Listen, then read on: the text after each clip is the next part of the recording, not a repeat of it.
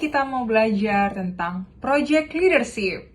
Sebelum kita masuk ke topik materi kita pada hari ini, aku mau kenalin nih apa aja materi-materi yang akan kita bahas pada hari ini. Yang pertama pastinya ada pengenalan project leadership. Yang kedua ada keterampilan utama apa aja sih yang dibutuhkan seorang project leader. Yang ketiga jenis-jenis gaya kepemimpinan. Yang keempat penerapan project leadership dalam information system project management, kemudian ada tantangan, dan juga tips untuk meningkatkan kemampuan project leadership. Oke, langsung aja, ini materinya. Pembahasan pertama yaitu tentang pengenalan project leadership. Apa sih definisi dari project leadership itu? Project leadership itu mengacu pada sebuah kemampuan seseorang untuk memimpin dan mengelola proyek dengan efektif. Ini melibatkan memimpin tim proyek, mengembangkan strategi, mengambil keputusan, mengelola sumber daya, dan mengawasi pelaksanaan proyek agar mencapai tujuan yang ditetapkan. Nah, seorang pemimpin proyek itu juga bertanggung jawab untuk mengkoordinasikan semua proyek, termasuk perencanaan, pelaksanaan, pengawasan, dan penutupan proyek. Mereka ini harus memiliki keterampilan komunikasi yang kuat dan berinteraksi dengan anggota tim, ataupun stakeholder proyek, dan pihak lain yang terkait dalamnya.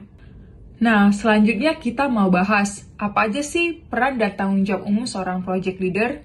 Nah, yang pertama, perencanaan proyek, di mana seorang project leader harus bertanggung jawab untuk merencanakan proyek secara keseluruhan, termasuk menentukan tujuan, jadwal anggaran, dan sumber daya yang diperlukan.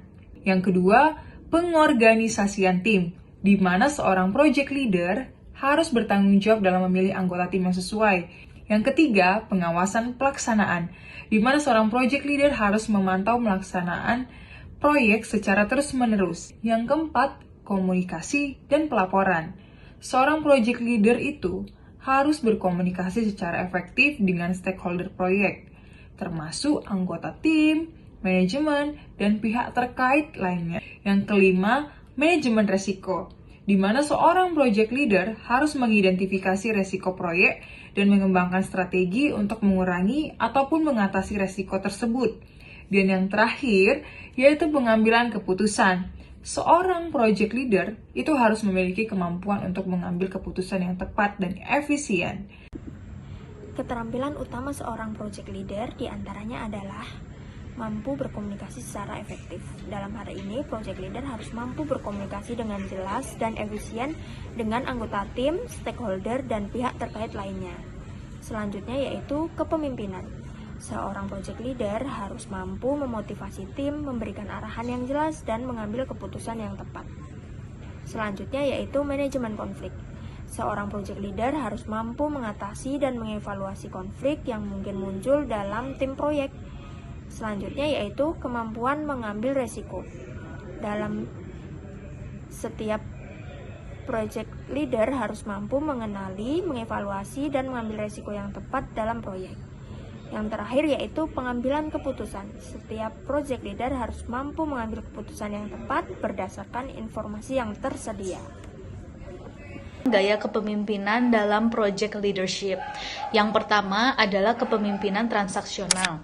Gaya kepemimpinan ini bersifat praktis dan menekankan pada sistem dan prosedur. Yang kedua, kepemimpinan transformasional. Gaya ini lebih fokus pada memotivasi dan mempengaruhi anggota tim untuk mencapai tujuan proyek secara bersama-sama. Yang ketiga, kepemimpinan demokratis. Gaya kepemimpinan ini lebih mengutamakan partisipasi dan keterlibatan anggota dalam mengambil keputusan. Pemimpin yang menerapkan gaya ini mempertimbangkan pendapat dan ide dari setiap anggota tim sebelum membuat keputusan. Yang keempat, kepemimpinan otoriter.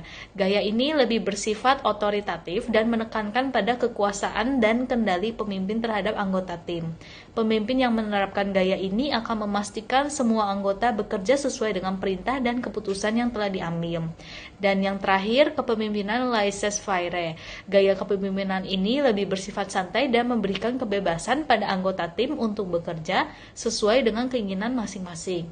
Pemimpin yang menerapkan gaya ini akan memberikan sedikit arahan atau panduan dan membiarkan anggota tim bekerja secara mandiri. Dalam manajemen proyek sistem informasi, beberapa contoh penerapan dari project leadership yaitu 1. Membangun dan mengelola tim proyek yang efektif dari segi bakat, kecakapan, dan komunikasinya. 2. Mengembangkan rencana proyek yang komprehensif dan memastikan bahwa seluruh anggota tim telah memahami proyek dan memahami tanggung jawab mereka dengan jelas. Yang ketiga, memantau kemajuan proyek dan mengidentifikasi berbagai resiko yang mungkin terjadi selama pengerjaan proyek dan menyiapkan berbagai rencana mitigasinya.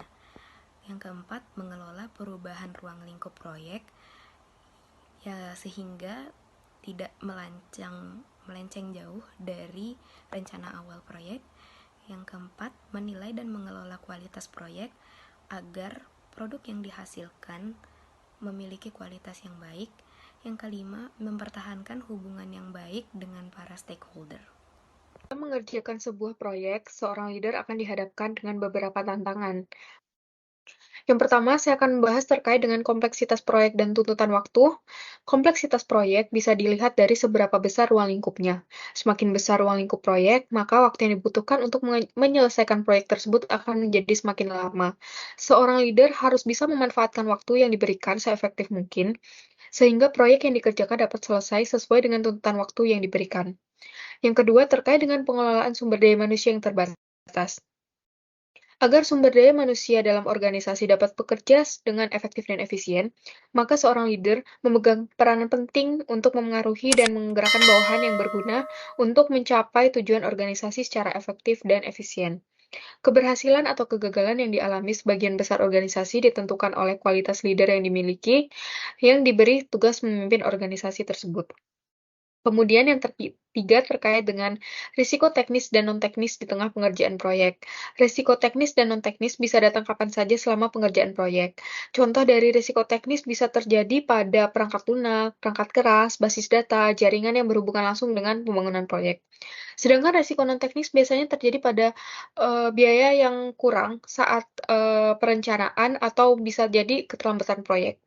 Seorang leader perlu cepat tanggap dengan risiko-risiko yang kapan saja bisa terjadi selama proyek yang dijalankan. Dan yang terakhir, terkait dengan perubahan kebutuhan dan prioritas proyek.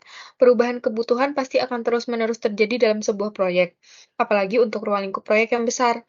Saat awal proyek, prioritas pastinya sudah ditentukan, tapi dengan adanya perubahan kebutuhan, tidak menutup kemungkinan bahwa prioritas juga ikut berubah. Seorang leader harus mampu menghadapi tantangan seperti ini dan mampu membuat prioritas baru dan menjalankannya dengan smooth.